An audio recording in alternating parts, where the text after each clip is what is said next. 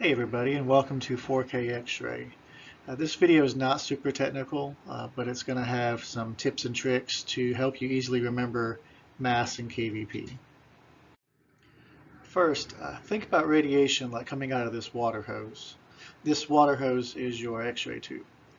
And the power of the water you can control on the nozzle, either higher or lower. This is your kVp control. This is the penetrating power of the X-ray beam.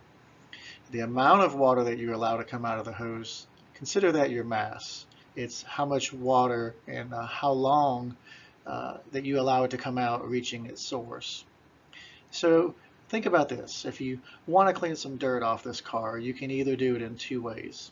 You can either turn the power on high for just a few seconds, which is higher kVp and less time to get the dirt off, or you can turn the power on lower but leave the water on longer, sending more water to clean off that dirt. That would be lower kVp and higher mass. Both will work in theory, but remember on the registry and in school, the best answer is always the one with the less time, because this is overall the less patient dose. So both situations will remove the dirt. You wouldn't want to use too much power or leave it on too long because you could damage the paint on your car, which essentially is referring to your patient dose. So you have to find the right technique or dose to get the job done. So when you think about these situations, there's a lot of ways you can look at this scenario that's going to help you with all your technical factors in school, such as filtration, patient thickness, you name it. This situation with the water hose in the car, you can always refer back to, and everything will make a little more sense to you. So let's consider these factors here. What if the car was larger? What if the dirt on the car was actually thicker? What if something gets between the water and the car? What about if the pressure is too low? What about if the water, there is not enough water coming out? What if you change the setting on the nozzle and it stops some of the water? So think about this in terms of the X-ray world, if you haven't figured it out already. The car is going to be our patient. The water is the photons of radiation, and the amount would be the MA. The hose is the controller of the water pressure, or the kVp, like we mentioned earlier. It's the power that we set. So before we go on, let's understand that X-rays are heterogeneous.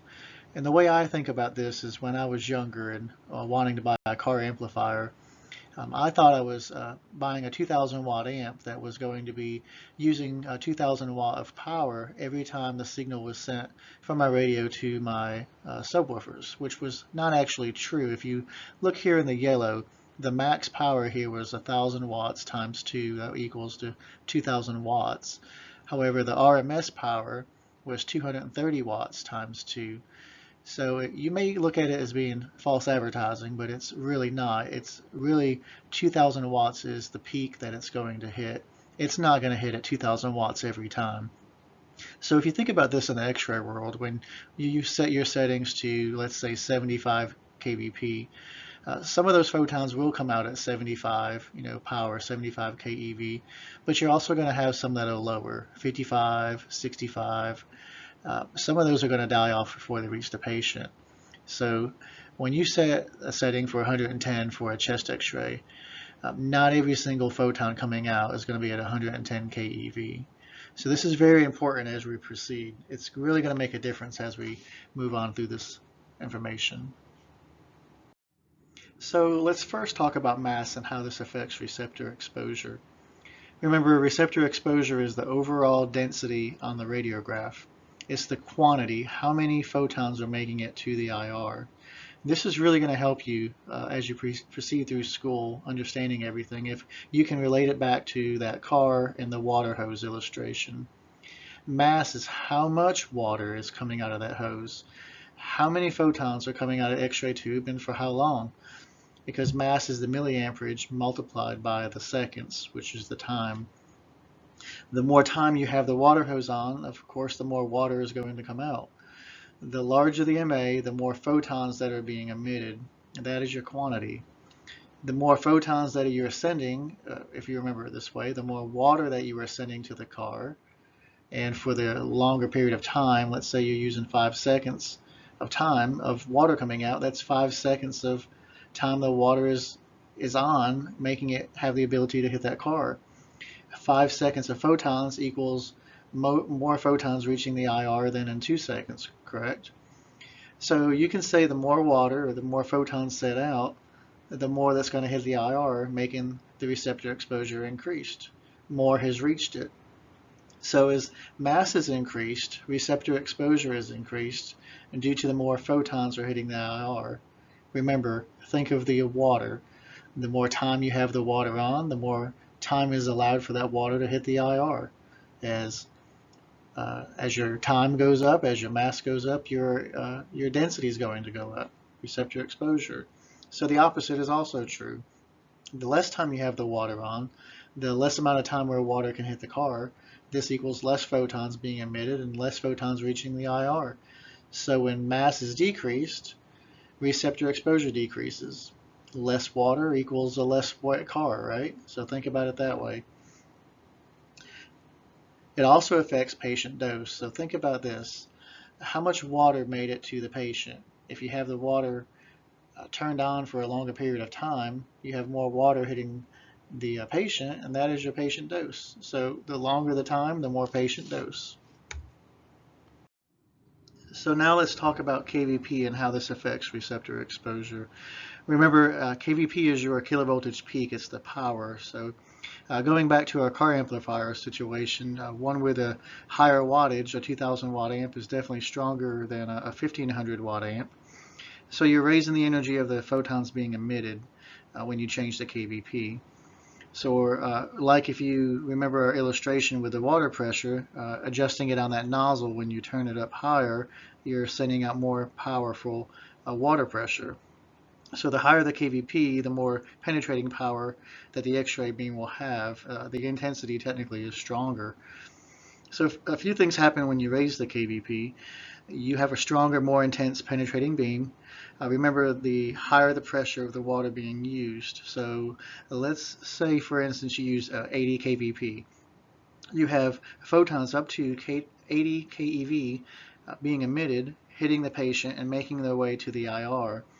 You also have some that are only making it to the patient, and you also have some that never even make it to the patient, like the green ones displayed here on the picture.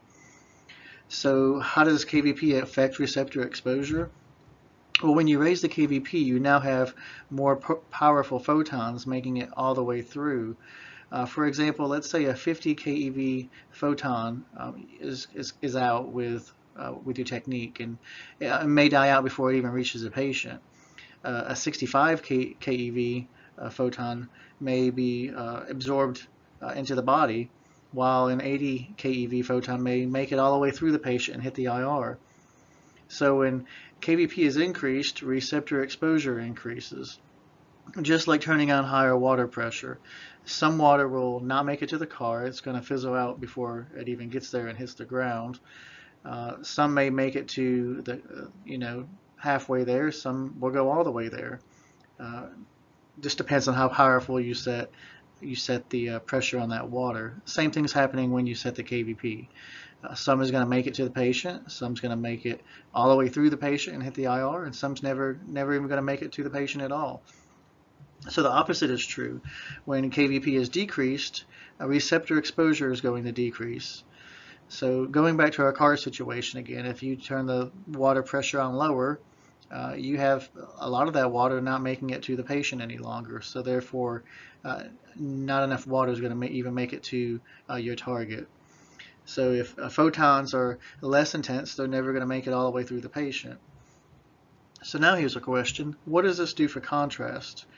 So when you have a more intense beam with a higher power, you are sending more powerful photons to that patient, right? Anytime you do this, you have a greater chance of scatter. That's the key word in this situation. So some of the photons will be absorbed in the body, and some are going to be scattered, making their way to the IR. When you have scatter making your way to the IR, it's going to cause a longer scale of contrast. So remember that. It's a longer scale of contrast, or what you would say would be a study with low contrast. Higher KVP is going to cause this. That's why when you lower KVP, when you are doing extremity work or orthopedic studies, you're going to use a lower KVP. It's going to have better contrast. Think about this. A finger with a low KVP has a higher contrast than an abdomen with 80 KVP, right? So the same is for the reverse. When you lower the KVP, you have less powerful photons going to the body and a less chance of scatter happening. And so that's going to cause a shorter scale of contrast, or what you would call a study with high contrast. So again, think about this back with the water situation. When you have lower pressure, you're going to have a higher contrast study. When you have a higher pressure, you're going to have a lower contrast study. Chest x-ray is considered a study with long scale or low contrast. It's using a lot of power, 110 kVp power. So that is your many shades of gray with that higher contrast. So now let's talk about beam restriction and grids and how they have the same effect. First, we're going to talk about beam restriction. So when you increase beam restriction, you are collimating off the diverging rays. As in this picture here, you see those two outside black rays going out. When you are increasing beam restriction, you're really only using the most centered rays, not the diverging ones. So if you have less rays being used, you have less photons making it to the IR, and therefore receptor exposure is going to decrease, correct? You are removing photons. You are removing photons. You are having a chance for less scatter. So less scatter, this is going to equal a higher contrast. So the reverse is true. When you decrease collimation, you're actually decreasing contrast, making it more long scale. You're using more of those diverging rays. So you would say a finger that is collimated has better contrast than a chest or an abdomen that's left wide open, correct? So think about it that way. When you decrease collimation, you are increasing your receptor exposure. So these next few slides is really going to help you out. Think about adding things between the X-ray tube and the IR. So when you increase mass, remember it's going to increase your receptor exposure because you're increasing more photons and the time that those photons are being allowed to come out to hit that IR. But now when you add something like that blue rectangle there between the IR and the patient, which is representing your grid, look at those red photons. You're stopping those from making it through the patient, but it's not going through the grid. It's removing those photons. So as grid ratio increases, you're adding more lead strips in that grid. So as grid ratio increases, your receptive exposure is going to decrease. So the reverse is also true. When you remove some of those lead strips, if you was to say as grid ratio decreases, you would say my receptor exposure is going to increase because you remove some of those lead lines from between that patient and the IR. So again, if you're adding something between at any point, whether it's from the X-ray tube to the patient, from the patient to the IR, whatever, if you're adding something, those photons are going to have to go through that to get to the IR. So if you're adding something, it's going to decrease receptor exposure. Now, what does this do for contrast? So when you add a grid, you're always going to have better contrast because less scatter is making it to the IR. Again, scatter is the key word. You wouldn't want to shoot a KUB without a grid, right? Because you're going to have a lot of scatter. That scatter is going to be cleaned up from that grid. So if you were to shoot a chest x-ray without a grid, you're going to say it's going to have a lower contrast study versus one with a grid that's going to clean up those photons and making it to the IR. So using grids is always better. It's always going to win in the long run. Of course, you're going to have to use more mass, and it's going to therefore increase patient dose. But your overall image is going to be better. It's going to be a more higher contrast study when you clean up those scattered photons. So now let's talk about adding things between the X-ray tube and the IR again, not this time on this side of the patient. So let's say with patient size, when you increase patient size, you're adding something between the tube and the IR, correct? You're adding more tissue density from the patient. More matter equals more scatter.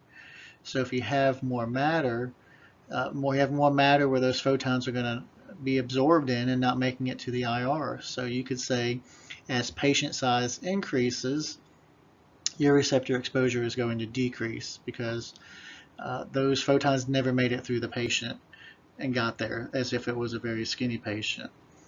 So think about something else. If you're adding pathology, if you're adding a mass, if you're adding a tumor, if you're adding fluid, you're adding something between the tube and the IR. Anytime you add something, it's going to decrease receptor exposure.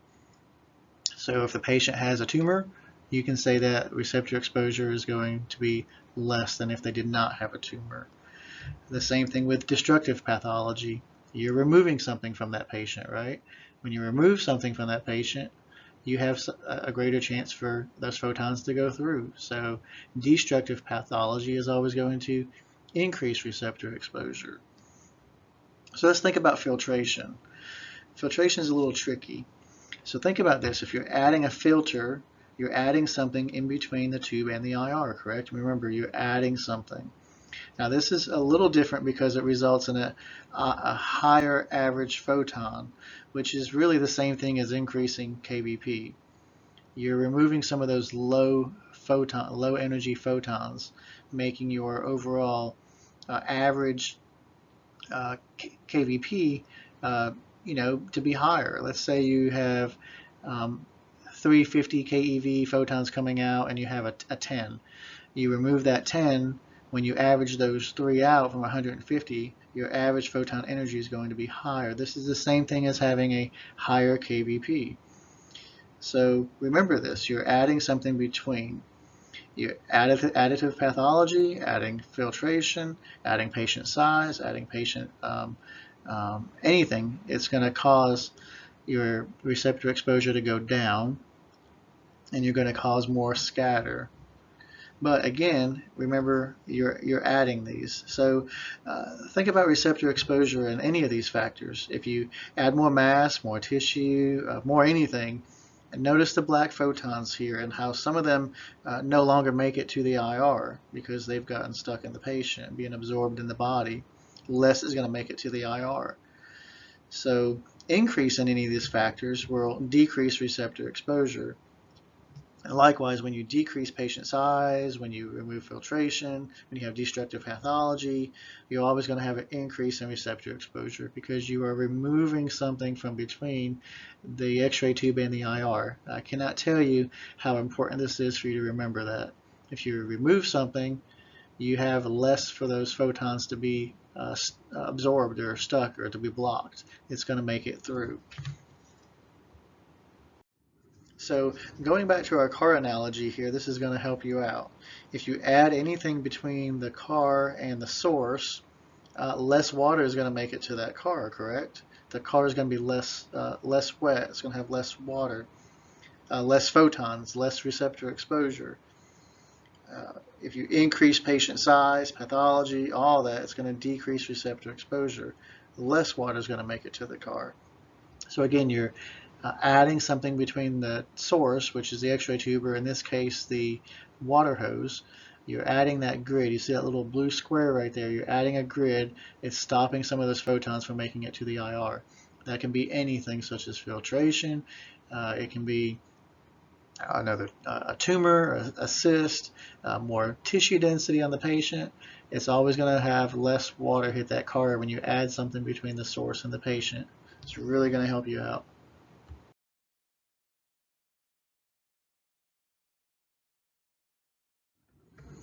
So now let's review and give you a little tip and trick that's going to help you remember these factors. So again, think about the car amplifier, think of the car situation, and think of these car situations. You see here, gold BMW. Remember gold BMW? Remember a fast Prius, if that's even possible. So whenever I would have a test, I would write these down, even on the registry, on a corner of a sheet of paper. I wrote down gold BMW, and I wrote down a fast Prius. So gold BMW, that's going to be grids and beam restriction. You notice they do the same thing. If you add a grid or if you add beam restriction, it's going to decrease receptor exposure. That in return is going to make your contrast increase. It's going to be a higher contrast study. Now, also for additive pathology, filtration, and patient size, this is a great way to remember this. Additive pathology, filtration, and patient size, they all do the same thing for receptor exposure. Remember, you're adding something in between the water, the source, and your target, either the car or the patient with the X-ray beam. When you add something, it's going to decrease receptor exposure. When you decrease receptor exposure, it's going to have it to be a more long-scale study. It's going to cause more scatter.